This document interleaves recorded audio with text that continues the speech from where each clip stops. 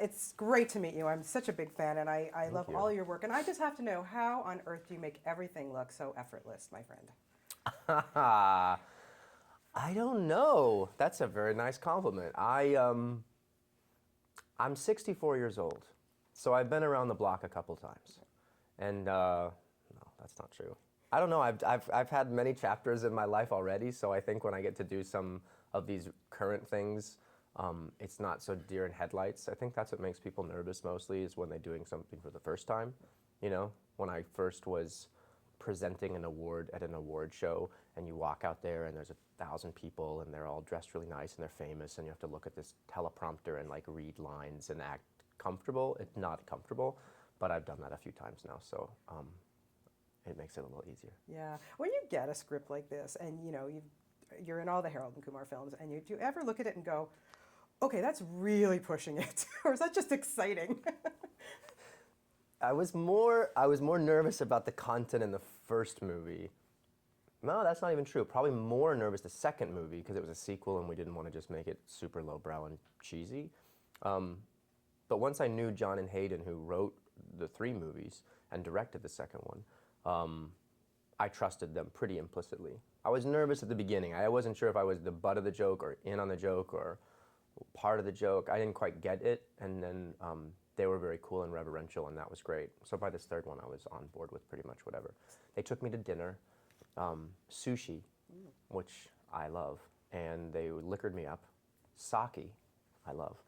And they spilled the beans on like how the Christmas movie was going to go down. They told me it was a Christmas movie, that I was going to sing and dance in a thing, and that I would be on crack and try to rape a girl. And I said, I'm in. But you are the best sport ever, I think, that there is, for everything that you do, whether it's on How I Met Your Mother or especially stuff like this. I mean, really, how do kudos to you, because really, is that an attitude that I guess you have to take in Hollywood these days, and just say, hey, if you can't laugh at yourself, who can you laugh at? I think the glib, pretentious, and honest answer is that I'm more of a theater guy than anything, and that sounds really like throw up in your mouth, but when you're doing theater, you have to be involved in the process. You can't like sit in your trailer for a long time and then be an hour and a half late and kind of show up and do your work and roll your eyes and go back. You have to actively be present. And so when I'm working on these other things, like How I Met Your Mother, for example, if they throw some crazy, now you're going to be a super flamboyant gay hairdresser for one scene, then you have to like go, great, I'll swing in for the rafters and try and make it as good as you want it to be. So. I am disappointed you're not wearing your ducky tie today, though. Oh my God. I want that thing to go away so bad. I keep telling them it's funny in the writer's room, like I get it, but I'm the poor tool that has to do real legitimate scenes. I hate it so much. But think how good it'll be when you get to burn it at the end. Smoke on the side of my head, flame, burning, smoking. What is it about Harold and Kumar? What is it about, John and Cal that we just embrace so much? Why do we love these guys and keep going to these films? I think that John and Cal infuse Harold and Kumar with some real humanity, which is such a weird thing to say for such a like stoner classic kind of movie, but they're really good actors. And they're funny to watch, like they're complicated in their decision making when they're working together. And so it's fun because they could just be, it could be more like a frat guys, and I think that they're really full-formed people as Harold and Kumar. So I think that helps when they're screaming at each other and slapping each other across the face. Is it scary that some people can relate to them? More people can relate to them than you would think. Like 11-year-old kids come up to me and be like, yo dude, Harold and Kumar doing rails off chicks' asses, nice. I'm like, you're 10. Who are you? Kids today.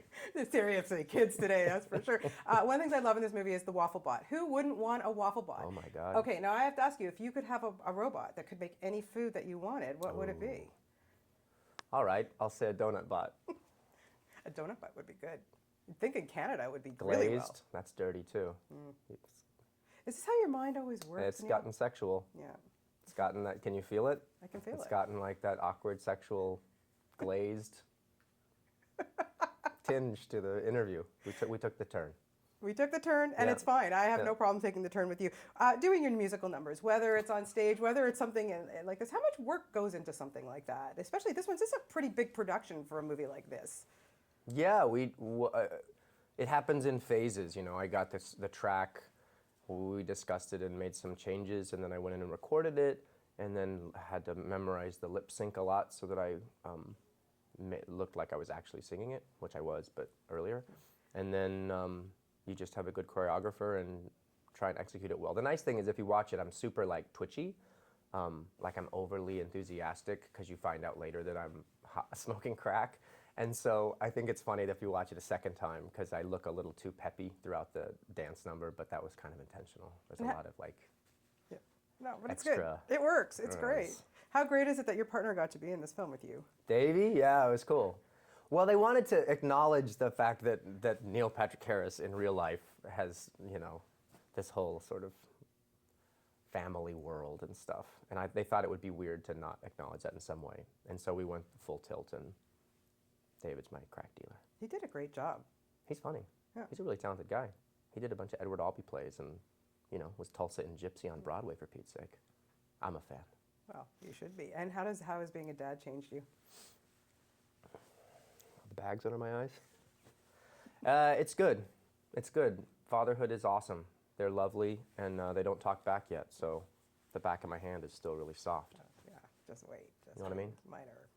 Okay, so I want to start a campaign for Neil Patrick Harris to host the Oscars. Ooh. You've done the other stuff. Really? Seriously. Really? Have you been approached? Because honestly, No. there's no better host than you. I seriously watch those shows because of you when you do them. When are you going to host the Oscars? Ooh.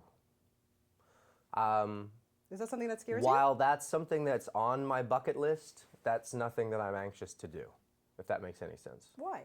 The Oscars is the biggest show of the year, and everyone, twofold. You have to have so many people that have a say in it, from the producers to the Academy to the presenters themselves, their publicists, the people that run the movie gauntlet.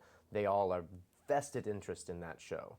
So all jokes have to be like tamed down, or like everyone's cautious about it the whole way. And then secondly, everyone that sits at home watches it and wants it to fail, I think.